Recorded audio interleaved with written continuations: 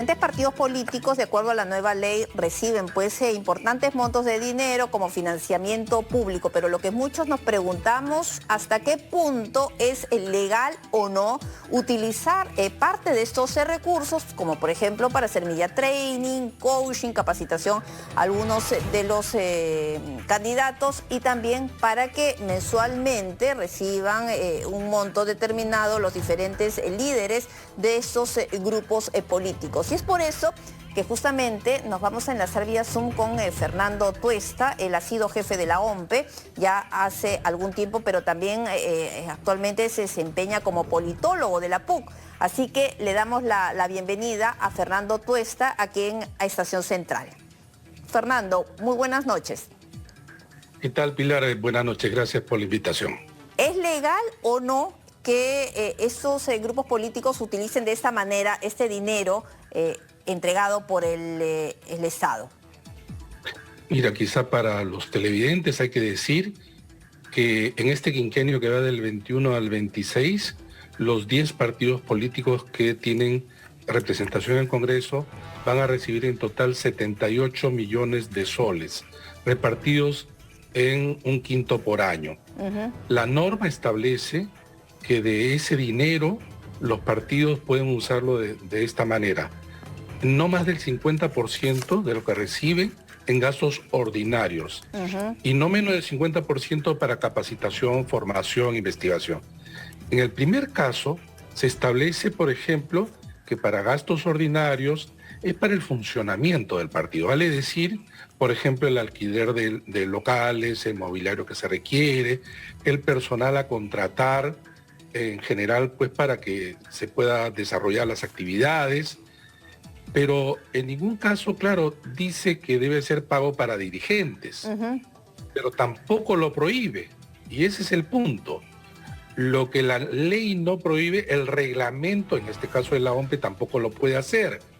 Entonces lo que han hecho los partidos, desgraciadamente, por el mal uso, pero no ilegal de estos recursos, claro, es un mal uso. Justamente esos vacíos de la ley.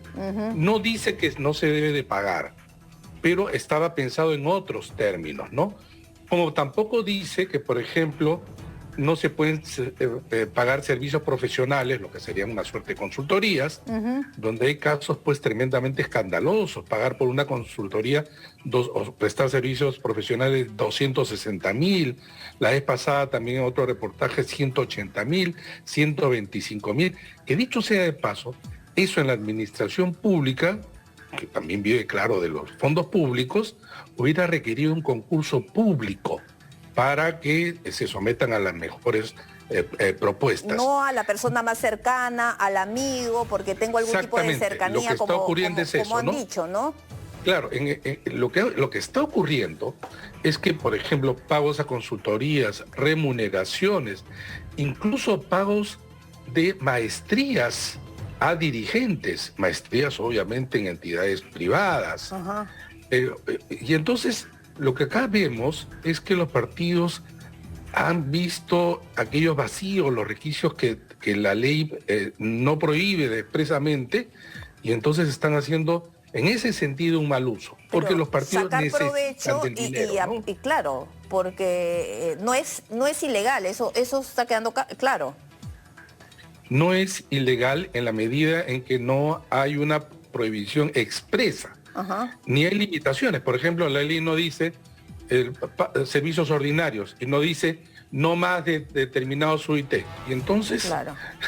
eso se aprovechan para una capacitación. Seguramente en una capacitación se paga tanto, ¿no? Claro, y seguramente has escuchado el informe en el programa dominical justamente sobre la contratación del jefe de campaña ad honorem, pero luego se da cuenta de que ha recibido más de 230.000 soles por coaching, media training para los candidatos a nivel nacional, de Renovación Popular justamente.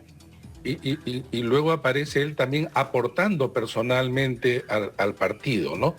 Entonces, nuevamente, ¿no? Esto es lamentable porque los beneficiados no son las organizaciones políticas y sus miembros. Por ejemplo, sus miembros tienen que ser beneficiados.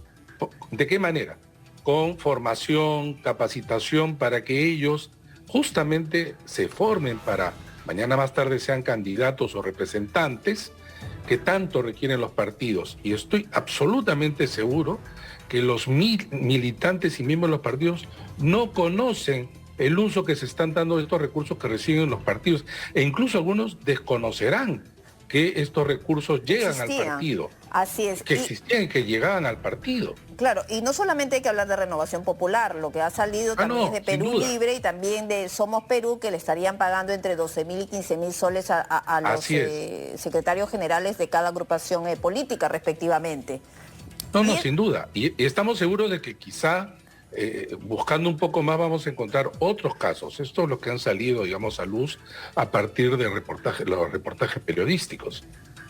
Y es cierto lo que tú dices, no sé si podemos a esta hora compartir con nuestros televidentes este cuadro que da cuenta del financiamiento público directo del 2017 al 2026. Y claro, imagínense esta cantidad de dinero, 138.461.000. Esa es la cantidad de dinero que van que están recibiendo justamente pues las agrupaciones políticas que tienen representación en el Congreso. Y la agrupación política que ha recibido más es Fuerza Popular. ¿No es así, Fernando? Bueno, este cuadro que he elaborado también para esta presentación, lo que hace es que muestra del 2017 que se ha hecho efectivo el financiamiento público, quienes han recibido en el periodo 2017-2019, que es el Parlamento que luego se disolvió, y luego el Parlamento corto, ¿no?, del 2021 y ahora el nuevo hasta el 26. Vale decir, entre 2017 y el 2026, en una década, hay 3 partidos que van a recibir cantidades importantes.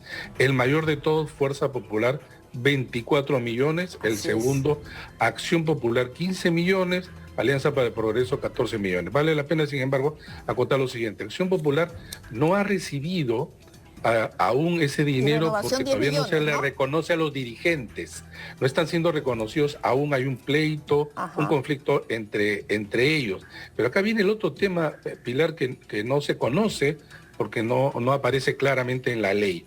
Resulta que si un partido en ese quinquenio que debe de gastar en gastos ordinarios y de formación no gasta nada, entonces resulta que este dinero no revierte al Tesoro Público. ¿Y dónde se va? Se lo vuelven a dar. Y entonces ha habido acumulación en algunos casos, en algunos partidos, de ese dinero. Y por cierto, pues esto no se da en ninguna parte de la administración pública, ¿no?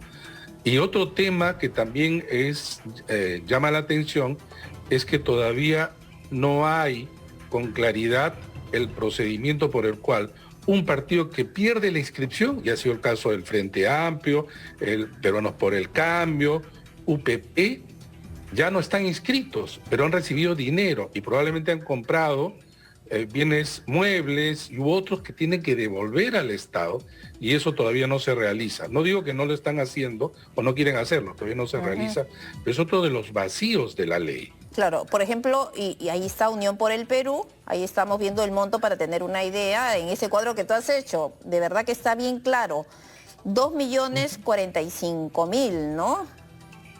En el caso, por ejemplo, del FREPAP, de Alianza Popular también. Alianza Popular, sí.